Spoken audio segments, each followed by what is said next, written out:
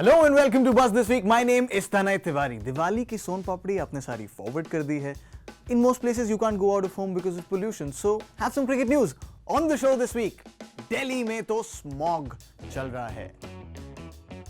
Chats don't lie, Shakib.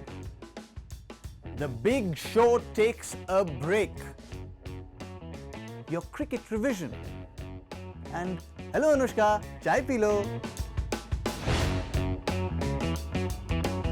Delhi's air quality of late has gone from dangerous to severe to hazardous to practically apocalyptic. And yet Bangladesh's fortunes in T20 internationals have gone right in the opposite direction. They beat India for the first time in the history of the format. And yet all the talk around the game was not about this. It was not about India's poor bowling, poor fielding, their DRS lapses. It was about the air quality in Delhi. We've seen matches being abandoned because of rain all the time. One, because it's not football, and two, because players run the risks of being injured while playing on a wet outfield.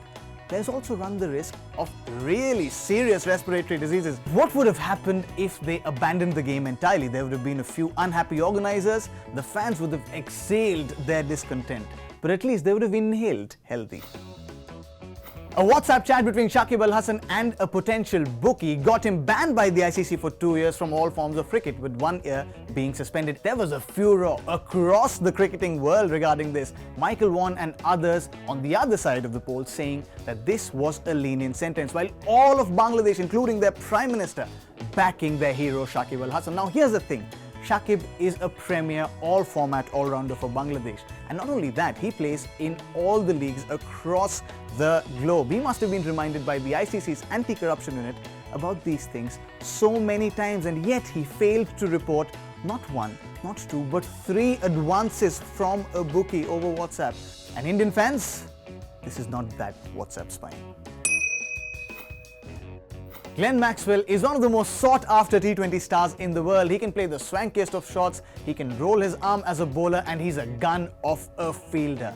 And all of this has a price. As we saw, as Glenn Maxwell came out in the open, said that he's grappling with mental health issues and needs a break from cricket. He's not the only cricketer. Sarah Taylor earlier this year retired from all forms of international cricket because she said she was dealing with anxiety issues. There's Marcus Trescothick, there's Jonathan Trott, who's also had issues with mental health, and these are only the players who've come out in the open. There's so many elite sports persons across sports who grapple with the anxieties, the pressures that playing the sport at the highest level brings. This is what Mike Hussey had to say about this issue. Certainly when I was growing up, you almost weren't allowed to show any signs of struggling or weakness or anything. It was just get on with it, put it to the back burner and just deal with it. And it's probably not healthy, so I think it is better. But there's probably other contributing factors these days as well. I think social media plays maybe a big role in this as well, with more cases of mental health issues. Plus the schedule is just so hectic for these guys. They're literally on the road 12 months of the year playing tough cricket. So every day there's intense cricket, there's anxiety, there's stress, there's expectation to perform, and I think it just slowly builds and gets to a point where these guys just want to have a break at times. Do you think fitness in sport should also include mental fitness? Tell us using #BuzzThisWeek, and also send lots of love to Glenn Maxwell. So much cricket has happened in the last 10 days, और आप तो busy थे क्योंकि आप दिवाली की मिठाई खा रहे थे. मैं भी खा रहा था, but I watched all of it. So here's your lowdown for all things cricket. David Warner more than made up for his lost form from England as Australia vanquished Sri Lanka 3-0. Aaron Finch rained on Pakistan before rain came to Pakistan's rescue. The first T20I between the two teams ending in a no result. PNG and Oman qualify for another kind of a qualifier to qualify for the World T20 next year.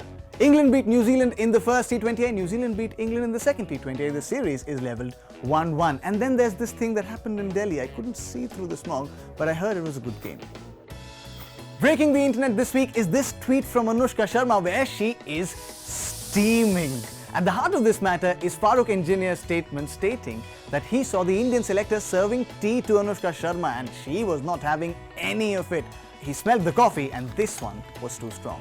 Farooq Engineer later clarified that he said all of it in jest. Maybe he was drinking something while he saw Anushka drinking the tea that Indian selector served her.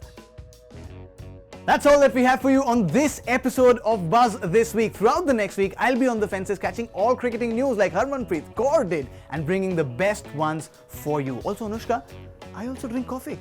Same.